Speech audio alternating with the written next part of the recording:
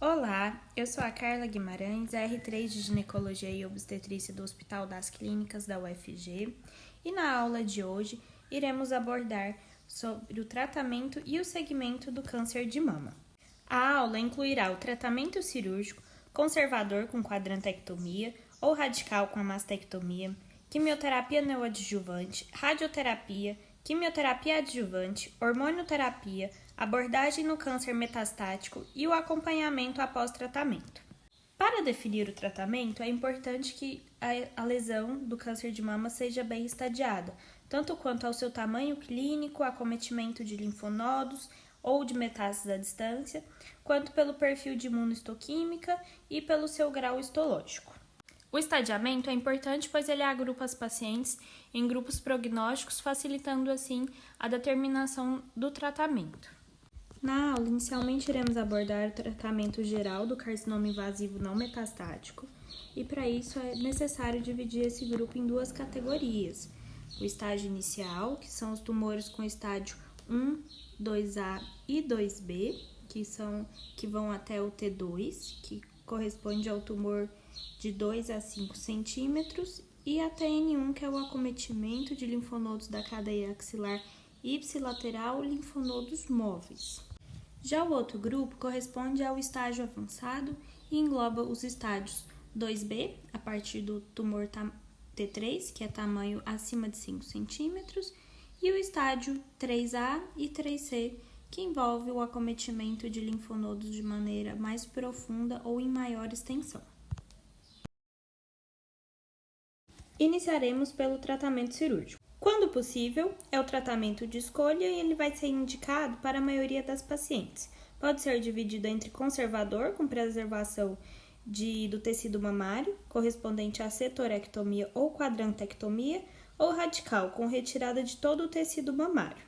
Ele vai ser associado ou não com a radioterapia, quimioterapia e com a terapia endócrina. O tratamento cirúrgico conservador, correspondendo à quadrantectomia, ele tem como objetivo se equivaler na sobrevida à mastectomia, com a baixa taxa de recorrência na mama tratada e preservando uma mama esteticamente mais natural.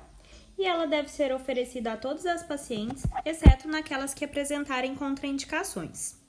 As contraindicações da quadrantectomia envolvem doença inflamatória na mama, microcalcificações malignas difusas na mamografia, margens positivas persistentes após múltiplas reexcisões, presença de contraindicação à radioterapia, como gravidez, irradiação anterior da região da mama, doenças do tecido conjuntivo, como esclerodermia e síndrome de Sjögren, e tumor grande proporcionalmente ao tamanho da mama.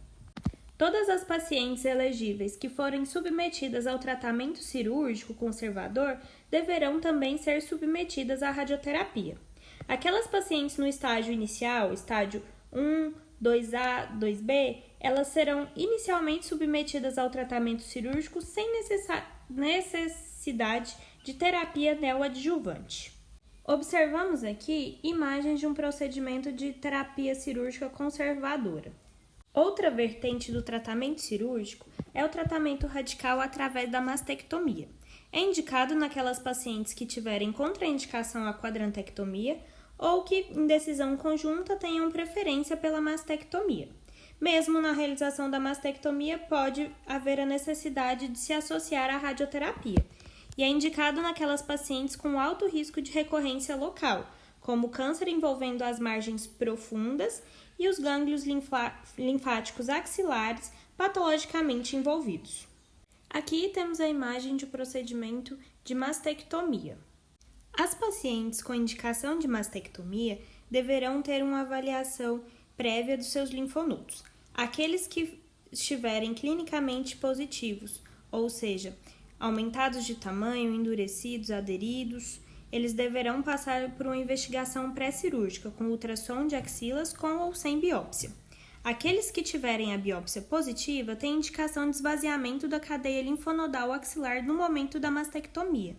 Aqueles com biópsia negativa deverão ser submetidos à biópsia de linfonodo sentinela e, a partir do resultado da patologia da congelação seguirão conduta específica. As pacientes submetidas à mastectomia que têm linfonodos axilares normais sem sinais de malignidade na investigação prévia deverão ser submetidas à biópsia de linfonodo sentinela no momento da cirurgia. A depender do resultado da congelação, com acometimento de 1 a 2 linfonodos sentinelas, não há necessidade de esvaziamento axilar, mas há indicação de radioterapia adicional. E quando houverem 3 ou mais linfonodos comprometidos, deverá ser submetida a esvaziamento axilar no momento da mastectomia e ainda tem a indicação também de associação com a radioterapia no pós-operatório. Aqui nessa imagem observamos como é realizado o procedimento de biópsia de linfonodo sentinela, realizando a marcação dos linfonodos drenantes da lesão maligna e assim dessa forma procedendo com a sua retirada.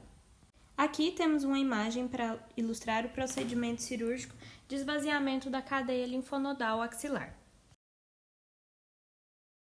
Abordaremos agora a quimioterapia neoadjuvante. A quimioterapia neoadjuvante consiste na administração da quimioterapia antes do procedimento cirúrgico e tem como objetivos a indução de uma resposta tumoral antes da cirurgia, de maneira a permitir a conservação da mama, diminuir a extensão da doença nos gânglios linfáticos regionais e fornecer informações sobre a resposta do tratamento às terapias adjuvantes diretas. Toda paciente que receberá a quimioterapia neoadjuvante inicialmente deverá ser preparada com a inserção de um clipe metálico no leito tumoral guiado por ultrassom para identificar a região de tumor caso essa paciente apresente remissão clínica e radiológica completa. Após a quimioterapia neoadjuvante, todas as pacientes, mesmo aquelas que têm uma resposta clínica e ou radiológica completa, deverão passar por cirurgia. E a decisão entre mastectomia e cirurgia conservadora, nesse momento, é semelhante aos casos do estágio inicial, exceto nas pacientes com tumor inicial estágio 4, que são aquelas com acometimento da parede torácica ou da pele, deverão sempre ser submetidas à mastectomia após a QT-NEO. A quimioterapia neoadjuvante é indicada naquelas pacientes com um tumor operável que apresentam imunohistoquímica HER2 positiva e tamanho tumoral maior do que 2 cm e imunohistoquímica triplo negativo e tamanho tumoral maior do que 1 cm. Naquelas pacientes em que o tumor primário é grande em relação ao tamanho da mama e essa paciente tem o desejo pela conservação do tecido mamário. Naquelas pacientes com linfonodo positivo, quando é necessário tempo para decidir sobre a cirurgia, e naquelas pacientes cujos tumores operáveis apresentam características biológicas que favorecem a indicação de quimioterapia, como nos triplos negativos, HER2 positivos e luminais B. Nas pacientes que inicialmente apresentam o tumor inoperável, a quimioterapia neoadjuvante é indicada naquelas que apresentam tumor com característica inflamatória, nódulos axilares do tipo N2, volumosos ou fundidos, doença linfonodal no estágio N3, independente do status de receptor hormonal do tumor, e naqueles tumores T4. A avaliação dos linfonodos nas pacientes com indicação de quimioterapia neoadjuvante após o tratamento deverá seguir o seguinte esquema. Naquelas pacientes que inicialmente tinham axilas negativas ou no estágio N1, com resposta linfonodal completa a QT-NEO, deverão ser submetidas à biópsia de linfonodo sentinela no momento da cirurgia. Aquelas com o linfonodo sentinela negativo não vão necessitar de esvaziamento axilar e pode ser ou não necessário a radioterapia, a depender das outras características tumorais dessa paciente. Agora, naquelas pacientes que apresentarem qualquer linfonodo sentinela positivo, deverá seguir com esvaziamento axilar e a radioterapia após tratamento cirúrgico.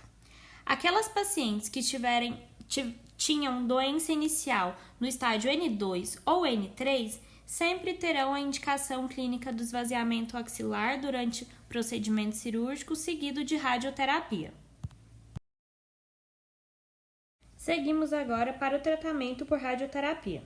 A radioterapia tem como objetivo erradicar quaisquer depósitos tumorais remanescentes e assim reduzir o risco de recorrência locorregional e melhorar a sobrevivência específica e geral no câncer de mama. O tratamento por radioterapia é indicado em todas as pacientes submetidas à cirurgia conservadora ou quadrantectomia, e nas pacientes submetidas à mastectomia é indicado naquelas que, apesar de linfonodos axilares negativos e tumor menor do que 5 centímetros, apresentarem margens livres menores que 1 milímetro. Nessas pacientes deve-se considerar a radioterapia sobre a parede torácica.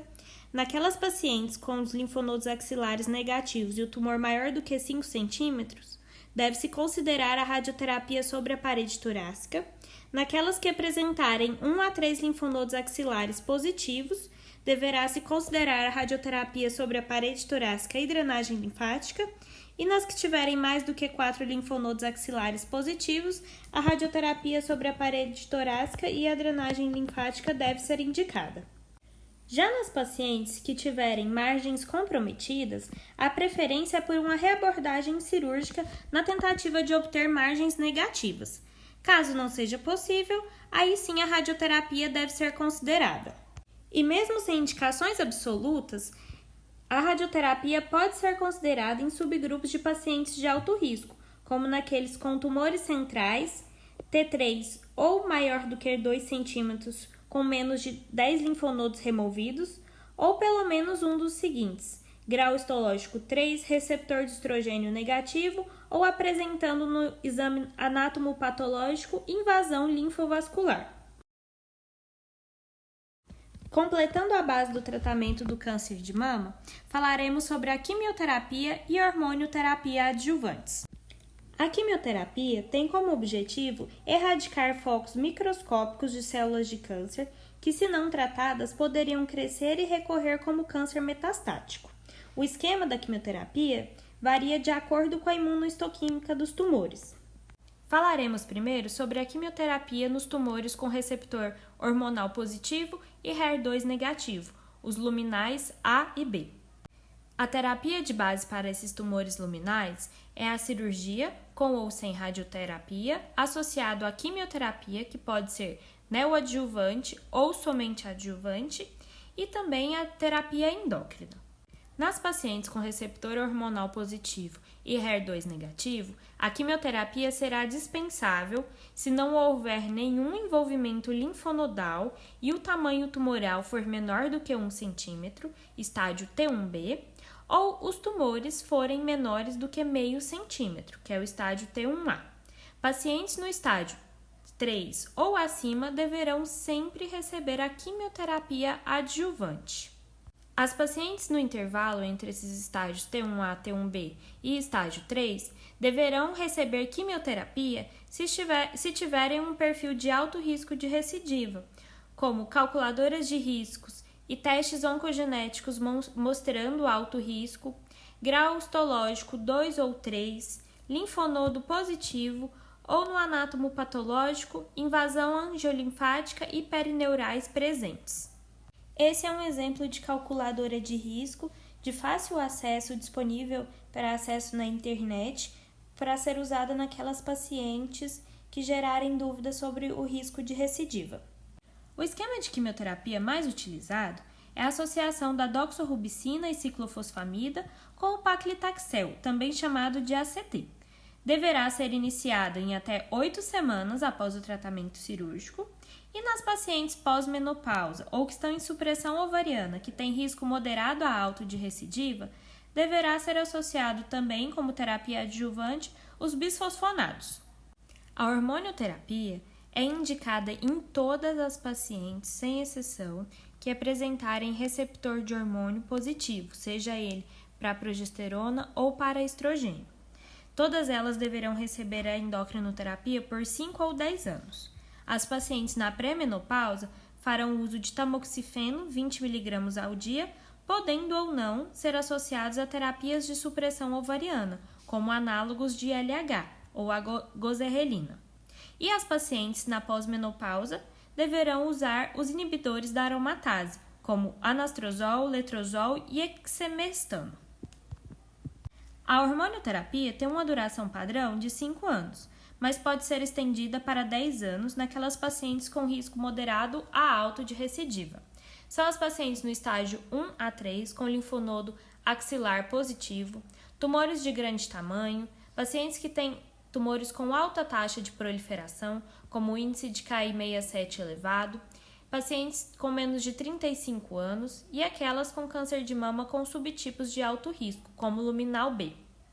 Abordaremos agora tratamento quimioterápico nos tumores com imunohistoquímica positiva para o HER2, sejam eles receptor hormonal positivo ou negativo, são os tumores HER puros ou luminais HER. O tratamento de base nos tumores HER positivo envolve a cirurgia com ou sem radioterapia, associados à quimioterapia, a terapia endócrina naqueles com receptores de hormônios positivos, associados também à terapia anti-HER2. O tratamento dos tumores HER positivos pequenos, menores do que 2 cm, deverá ser realizado com cirurgia e avaliação de linfonodos para definir a associação com radioterapia e quimioterapia. Já nos tumores grandes, maiores do que 2 cm ou com linfonodos acometidos, é indicado sempre a quimioterapia neoadjuvante associada à terapia HER2 dirigida e também seguidos de cirurgia e avaliação de linfonodos. As pacientes HER2 positivo que tiveram resposta completa após a quimioterapia neoadjuvante deverão manter a terapia HER2 dirigida até completar 12 meses, que é o Herceptin. Já naquelas pacientes que tiveram resposta patológica incompleta ou doença residual, deverá trocar o esquema e fazer o TDM1, que é o trastuzumab e entanzina. A quimioterapia adjuvante é padrão nas pacientes HER2 positivo com tumores maiores do que meio centímetros ou com linfonodos acometidos. O esquema de quimioterapia mais utilizado nas pacientes HER2 positivo é a associação da doxorubicina com ciclofosfamida, seguido de paclitaxel com trastuzumab, que é o esquema ACT mais Hercept. Ou uma segunda opção seria a associação do docetaxel com a carboplatina e o trastuzumab. Também, nesses casos, deverá ser iniciada em até 8 semanas após o tratamento cirúrgico. Por fim, abordaremos a indicação da quimioterapia nas pacientes triplo negativo, ou seja, imunohistoquímica negativa para HER2 e para receptores hormonais. O tratamento de base nos tumores triplo negativos é a associação da cirurgia com ou sem radioterapia com a quimioterapia e imunoterapia. Em tumores triplo negativo pequenos, menores do que 2 cm, a paciente será submetida à cirurgia com avaliação de linfonodos para decidir a associação com quimioterapia e radioterapia. Já nos tumores grandes, maiores do que 2 cm, ou quando há acometimento linfonodal, estágio clínico 2B ou 3, é indicado a quimioterapia neoadjuvante com a imunoterapia, que é realizada com pembrolizumab, e seguida de cirurgia e avaliação de linfonodos. Nas pacientes triplo negativo submetidas à quimioterapia neoadjuvante, a presença de neoplasia residual é o marcador de pior prognóstico e tem indicação de uso de capecitabina de forma adjuvante. As pacientes que tiveram remissão completa da doença após a neoadjuvância, a imunoterapia com pembrolizumab deve ser mantida até completar 12 meses. Nas pacientes triplo negativos submetidas à quimioterapia neoadjuvante, há uma particularidade. Naquelas com tumores muito pequenos, menores do que meio centímetro, e axila negativa, o tratamento cirúrgico pós-QT-NEO ele pode ser considerado ou não, em decisão conjunta com a paciente. Toda paciente triplo negativo que foi submetida inicialmente ao tratamento cirúrgico e aquelas que apresentarem tumores maior do que 1 centímetro ou com axila positiva têm indicação da realização de quimioterapia adjuvante e há também a indicação da associação com radioterapia. O esquema de quimioterapia mais utilizado nas pacientes triplo negativo é a associação da doxorubicina e ciclofosfamida, seguido de docetaxel ou paclitaxel, também chamado de esquema ACT. As considerações até aqui realizadas foram sobre a abordagem do câncer de mama invasivo não metastático. Agora falaremos rapidamente sobre a doença metastática e quais as mudanças principais com relação ao tratamento desses quadros. Doença metastática da mama corresponde àquela que acomete outros sítios além da mama, da parede torácica e das cadeias regionais ipsilaterais de drenagem linfática. Mesmo sem a perspectiva de cura, é uma doença tratável, e os objetivos do tratamento são aumentar a sobrevida, aliviar sintomas e melhorar ou manter a qualidade de vida da paciente. As pacientes com doença metastática são divididas entre dois grupos, aquelas sem metástase ósseas e aquelas com. Nas pacientes com metástase ósseas, são usados os inibidores de osteoclastos, associados à quimioterapia e radioterapia se necessário. Os inibidores de osteoclastos são os bisfosfonados, o mais utilizado é o ácido zoledrônico, ou os inibidores do ligante do ativador do receptor nuclear Kb, RANKAL, que o mais usado é o denosumab. Nas pacientes com perfil imunohistoquímico com receptor hormonal positivo e HER2 negativo, a hormonioterapia combinada com os inibidores de ciclina, que são abemaciclib, ribociclib e palbociclib, é a terapia indicada. Nas pacientes pré-menopáusicas, é indicado a oforectomia ou o bloqueio com o análogo de LH, como a gozerrelina. As pacientes com doença metastática com imunohistoquímica, perfil HER2 positivo e receptor hormonal positivo ou negativo têm indicação de terapias anti-HER2 combinadas à quimioterapia. O esquema mais utilizado é composto por trastuzumab mais pertuzumab associado ao docetaxel ou ao paclitaxel. As pacientes negativas para HER2 e receptores de hormônio, ou seja, triplo negativo, com doença metastática, apresentam os piores prognósticos, e a quimioterapia é a única alternativa terapêutica sistêmica para essas pacientes. As pacientes triplo negativo com doença metastática têm a opção de vários quimioterápicos para o tratamento inicial, entre eles o paclitaxel, docetaxel, doxorubicina lipossomal, epirubicina, capecitabina, gencitabina, carboplatina e a cisplatina.